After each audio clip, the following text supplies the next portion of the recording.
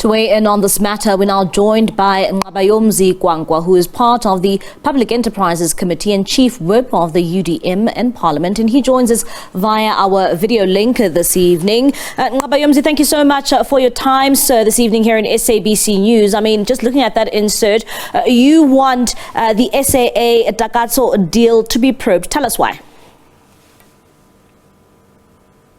Oh, there are many irregularities. Good evening, and thank you very much for having us. There are many irregularities with respect to this deal. For example, one, we did discover that the Takatso deal, for instance, Takatso was not shortlisted. Was not shortlisted in the first process that included RMB.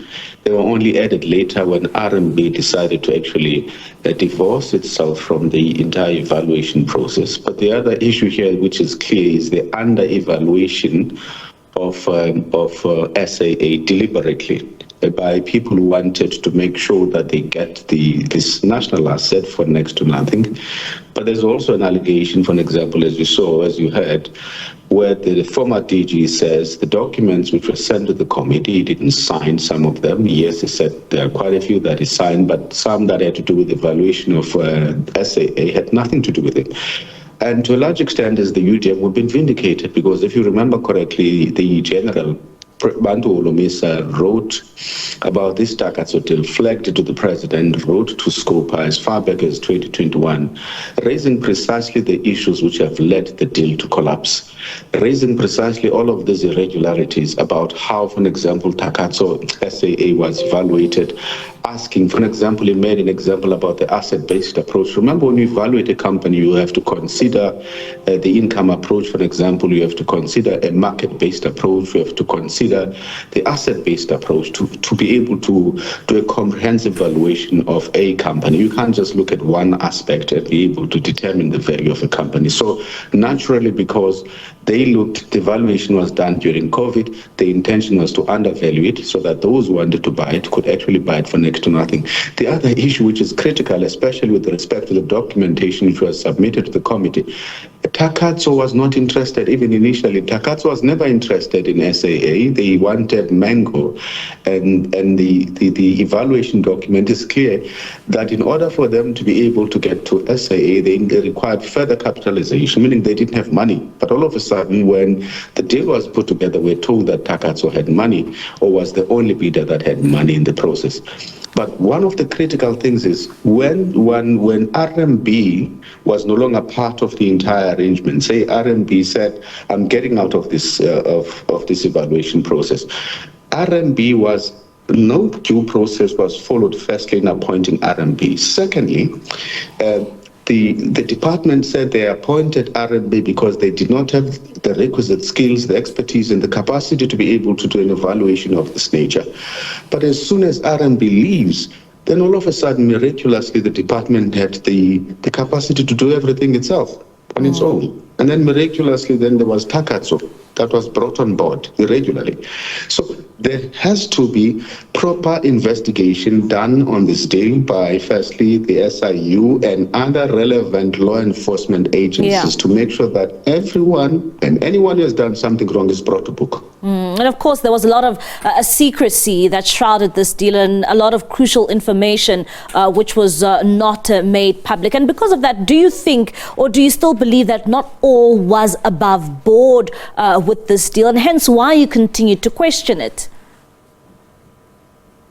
Nothing was above board with respect to this deal. I mean, one of the things that the committee had to do was to test the veracity of the allegations which were leveled against the department and the minister in particular by the former DG. And most of what is, in fact, when we looked at all the allegations and the evidence which was available at our disposal, one could tell that there is a prima facie case that there's some wrongdoing which happened here. And unfortunately, then, Parliament is not any investigative institution or does not have the powers to be able to do forensic,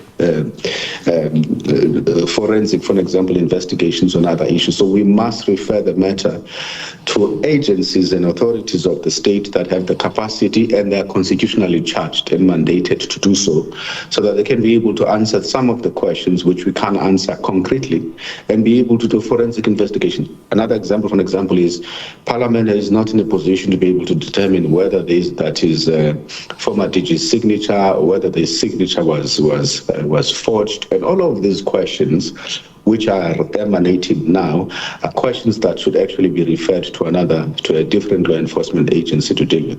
But I think it's a huge and an important step that probably, if I'm not mistaken, for the first time in the history of our democratic South Africa, I'm speaking under correction, that you have a deal which was championed by a member of of the executive, a minister in particular, which then Parliament has decided to refer to the SIU and other law enforcement agencies for investigation. It means there is more to this deal than actually meets the eye.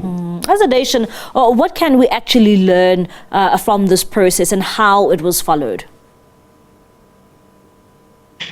Well, I think we need to find better ways. We need to make sure that as public, what we can learn is that, in fact, it can't be up to the whims of ministers who are appointed by the president to decide whether they want to sell national assets. The approach towards disposing of national assets, such as SAA and other SOEs, must be a collaborative one or an inclusive one, which would also include public representatives, because remember, those assets do not belong to the ANC, nor do they belong to government. They are actually national assets. So it can't just be a decision, for example, of a member of the executive because they've held a cabinet meeting without involving Parliament, where the representatives of the people are. Because the critical issue here is when they want bailouts for the entities, they know where to find us. But when they want to dispose of these assets, they don't even come to Parliament. A typical example is, while we were busy with this investigation, when the deal collapsed and the minister was announcing that the deal collapsed, he did not take Parliament into his confidence about it. There was no formal communication with Parliament besides an informal telephone call to the chairperson. So there's no respect for the institution, and allow the institution, which is Parliament, to also be able to interrogate, ask questions, and satisfy itself that whatever process was being undertaken was above board. So you can't have an executive that does as it pleases about national assets because they say they have a mandate to govern. It can't be.